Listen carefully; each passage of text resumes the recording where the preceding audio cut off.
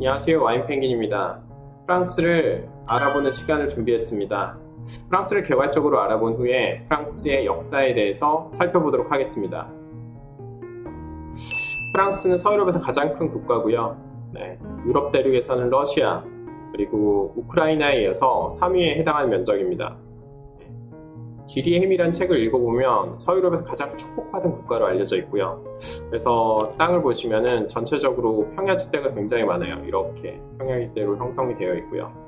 그래서 북쪽으로는 이제 프랑스 북쪽으로는 부켓, 그리고 오른쪽으로는 라인강이 흐르고 있고요.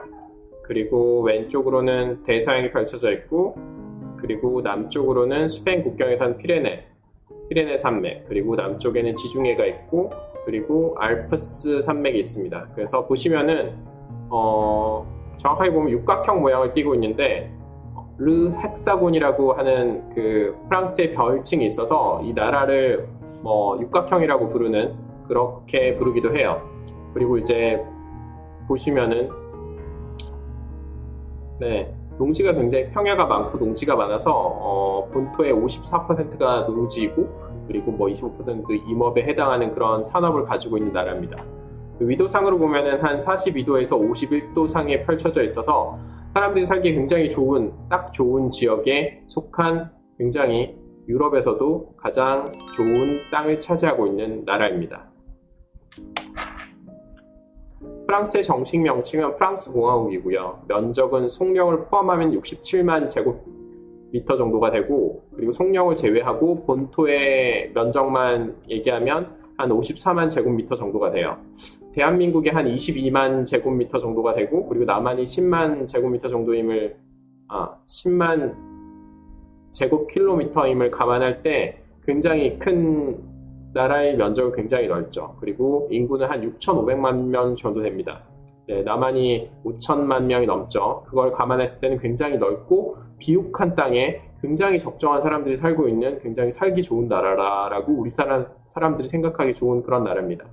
그리고 속령을 포함하게 되면은 남아메리카의 프랑스령 기아나, 북대서양의 생피에르, 미클롱 등등 서인도 제대도 가지고 있고, 오세아니아나 인도양의 많은 섬들을 가지고 있어서 프랑스가 세계에서 가장 넓은 배타적 경제 수역을 가지고 있는 나라예요. 그리고 보시면은 인구에 비해서 땅이 굉장히 넓기 때문에 우리가 알고 있는 대도시 파리, 파리 같은 경우도 220만 정도밖에 안 살고 있고요. 그리고 사실 면적도 그 서울에 비하면 한 6분의 1 정도밖에 안 되죠. 굉장히 작은 수도를 가지고 있고, 그리고 그 다음에 두 번째로 큰 도시가 여기 있는 마르세유, 기원전 600년에 그 그리스인들이 개척했다고 알려진 그때부터, 그리고 이제 세 번째로 큰 도시가 리옹, 그리고 네 번째가 툴루즈, 그리고 니스 순으로 해가지고 그 큰 도시가 형성돼 있어요. 그리고 민족으로는 켈트족, 그리고 프랑크족, 이 프랑스의 주를 이루는 민족으로 알려져 있고요. 그리고 종교로는 종교의 자유가 있어서 카톨릭, 신교, 유태교, 이슬람교, 굉장히 다양한 종교를 믿고 있는 나라입니다. 그리고 언어는 당연히 프랑스어고요. 그리고 기축통화로는 기축통화인 유로를 통화로 사용하고 있어요. 그리고 교육은 6세부터 16세까지 의무교육의 형태입니다. 그리고 정치의 형태는 공화국이어서 의원 내각제하고 대통령제가 혼합되어 있는 그런 체제를 가지고 있어요. 그래서 양원제여서 하원도 있고 상원도 있는 그런 형태입니다. 2022년 기준 경제 명목 GDP는 한 2조 9천억 불 정도 되고요. 세계 7위 규모의 경제를 자랑하는 나라입니다. 우리나라는 12위 정도 돼요. 1조 8천억 불. 그리고 1인당 GDP는 한 4만 5천 달러 정도 해당하는 나라고요. 세계 24위에 해당하는 정도입니다. 우리나라는 한 3만 5천 불 정도가 돼요. 그리고 프랑스는 다른 나라와 다르게 굉장히 많은 관광객들이 방문하는 걸로 알려져 있고요. 매년 7,500만 명 정도 되는 프랑스 인구보다 더 많은 관광객들이 방문하는 걸로 알려져 있습니다.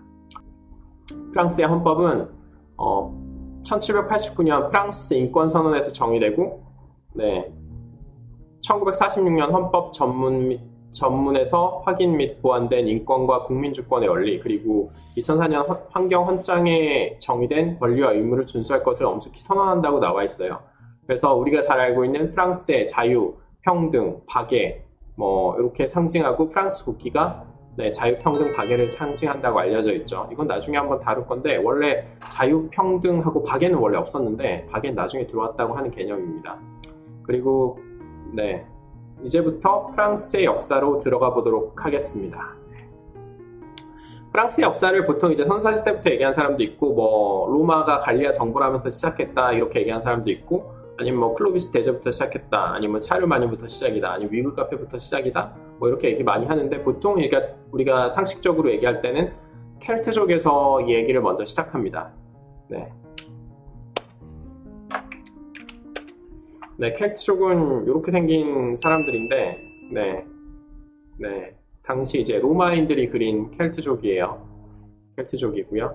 켈트족은 보면은 약간 좀 백색 흰 피부를 가지고 있고 금발을 가지고 있고요. 그리고 이제 과묵하고 키가 굉장히 큰 인도 아리아 계통 민족으로 알려져 있어요. 네. 원래는 이제 독일 남동부하고 이제 라인강, 엘베강, 도나우강 쪽에 살았는데 기원전 10세기부터 8세기 때 이동하기 시작해서 한 기원전 6세기, 4세기 정도에 이제 갈리아 지역, 지금 우리가 알고 있는 프랑스 지역, 그리고 이제 영국, 브리타니아 지역에 진출했습니다. 네, 그래서 켈트족이 갈리아로 이주를 끝냈습니다. 이주를 끝내고 나서 당시에 갈리아 지역, 갈리아라고 하는 말은 사실 켈트라고 하는 그 켈타이를 라틴어식으로 쓰면은 갈리아라고 나오는 건데 당시 지역에 살았던 부족들이 여기 이제 켈트족이 있고 아퀴타니족이 있었고요. 그리고 벨가이족이 벨기카라고 부르는 지역에 있는 벨가이족이 있었고, 그리고 이쪽에 뭐 헬베티족 이런 사실 민족들이 있었다고 얘기가 돼요. 그러면서 이제 이야기가 시작되는데 당시 이제 켈트족이 계속해서 이제 이탈리아 지역, 당시 로마 지역이었던 이 지역을 계속 침공하면서 기원전 390년에는 이제 갈리아 족장이 막 그 알프스를 통해서 이탈리아로 진군하기도 했대요. 그래서 로마가 굉장히 약해지던 그런 시절도 있었고요. 기원전 345년까지는 뭐 이 지역을 굉장히 많이 야탈하고 기원전 125년 정도는 이제 125년까지는 그렇게 하다가 125년에 갈리아 남부 이 지역을 로마인이 정복하죠. 로마인이 정복하면서부터 프로방시아 노스트라라고 우리의 속주라고 부르기 시작해요. 그리고 나서 나중에 이 지역이 프로방스라는 지역이 됩니다. 그리고 나서 이제 기원전 58년 정도 오면은 여러분 우리가 굉장히 유명하게 잘 알고 있는 율리우스 카이사르가 등장하죠. 카이사르가 등장하면서 그 유명한 갈리아 전쟁이 시작됩니다. 기원전 58년부터 50년까지 8년 동안에 걸쳐서 진행이 됐고요. 뭐 플루타르크 영웅전에 찾아보면은 한 10년 동안에 걸쳐서 이 카이사르가 800개의 도시를 점령했고, 그리고 300개의 부족들과 300개의 나라를 무찔렀다고 이렇게 나와 있어요. 그래서 300만 명의 적과 싸워서 100만 명을 죽이고 100만 명을 포로로 잡았다라고 기술되어 있는데, 실제로는 아마도 더 많이 죽이지 않았을까라는 생각이 들 정도로 정말 전쟁을 많이 했고요. 왜냐면은 1차 전쟁이 기원전 58년에 시작하는데 처음에 헬베티족이라고 하는 족이 이동하면서 시작되죠. 왜냐면 헬베티족이 한 36만 명 있었는데 이게 1차 전쟁이 끝나고 나서 헬베티족이 이동하면서 나중에 이제 카이사르가 개입하고 그러면서 36만 명이 11만 명으로 줄어들었대요. 이때만. 그렇게 해서 총 7년간에 걸쳐서 계속 전쟁을 벌입니다. 전쟁을 벌여서 보시면은 뭐 이렇게 기원전 56년에 이렇게 올라가고 56년에 뭐 이렇게 계속 진군하는 모습 보시죠. 뭐 브리타니아도 이렇게 침공을 하고, 그리고 뭐 그 갈리아 벨기카라고 부르는 이 지역도 기원전 55년에 그러면서 이제 한 번 다 정복을 했었지만 다시 갈리아 지역에서 뭐 이렇게 공기가 일어나면서 다시 전쟁을 치르고 한 여러 전쟁을 굉장히 많이 치르죠. 그러면서 7년 차이는 거의 뭐 절정에 달해가지고 이때 거의 로마가 율리우스 카이사르가 이 지역에서 거의 패주할 뻔했는데 그 베르킨 게토닉스라고 하는 굉장히 유명한 젊은 장군이 등장해요. 그래서 갈리아인들을 하나로 통합하는 데 성공하면서 이 친구가 이제 굉장히 전쟁을 주도해서 결국에는 이제 카이사르가 이깁니다. 우리가 알고 있는 뭐 알레시아라고 하는 그런 도시에서 뭐 이중포위 전쟁 같은 것들이 되게 유명한데 아무튼 이런 여러 가지 수많은 전쟁을 거쳐서 갈리아는 완전히 로마화가 되죠. 네. 한번 260년에 갈리아가 한번 독립을 하는 사태가 일어나요. 왜냐하면 당시에 그 로마에서 동방원정을 떠나다가 발레리아누스 황제가 여기 이쪽에서 싸우다가 사산제국의 샤프르 1세한테 사로잡혀가지고 그때 로마가 정신이 없을 틈을 타서 갈리아에 갈리아 제국이라는 나라가 들어섭니다. 네. 하지만 한 15년 갔죠. 15년 가고 나서 그 다음에 다시 273년에 아우렐리우스 황제 때 다시 로마 제국으로 들어가게 됩니다. 당시에 이렇게 약간 좀 우호적이었던 갈리아 제국이었고요. 뭐 다시 로마화가 되죠.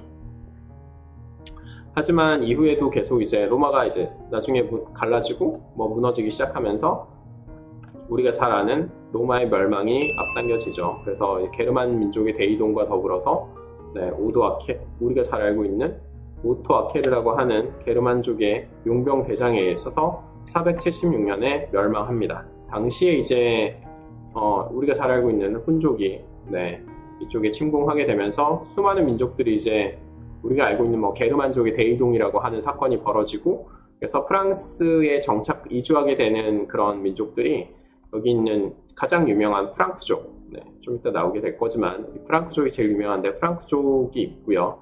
그리고 이제 여기 보시면은 서고트족이라고 있죠. 서고트족이 나중에 요 지역, 아키텐 지역이라고 부르는 지금의 보르도 지역에 나중에 이주를 하게 되고요.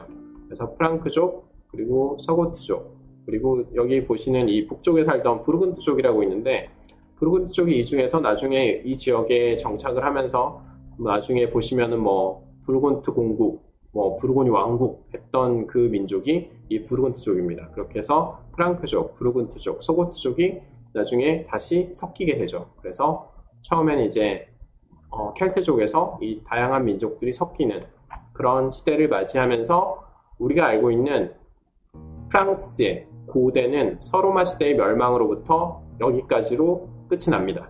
그리고 이 이후부터 그리고 이제 우리가 알고 있는 그 100년 전쟁이 끝나는 시점까지를 중세라고 얘기하고요. 중세 이야기는 다음번에 찍도록 하겠습니다. 감사합니다.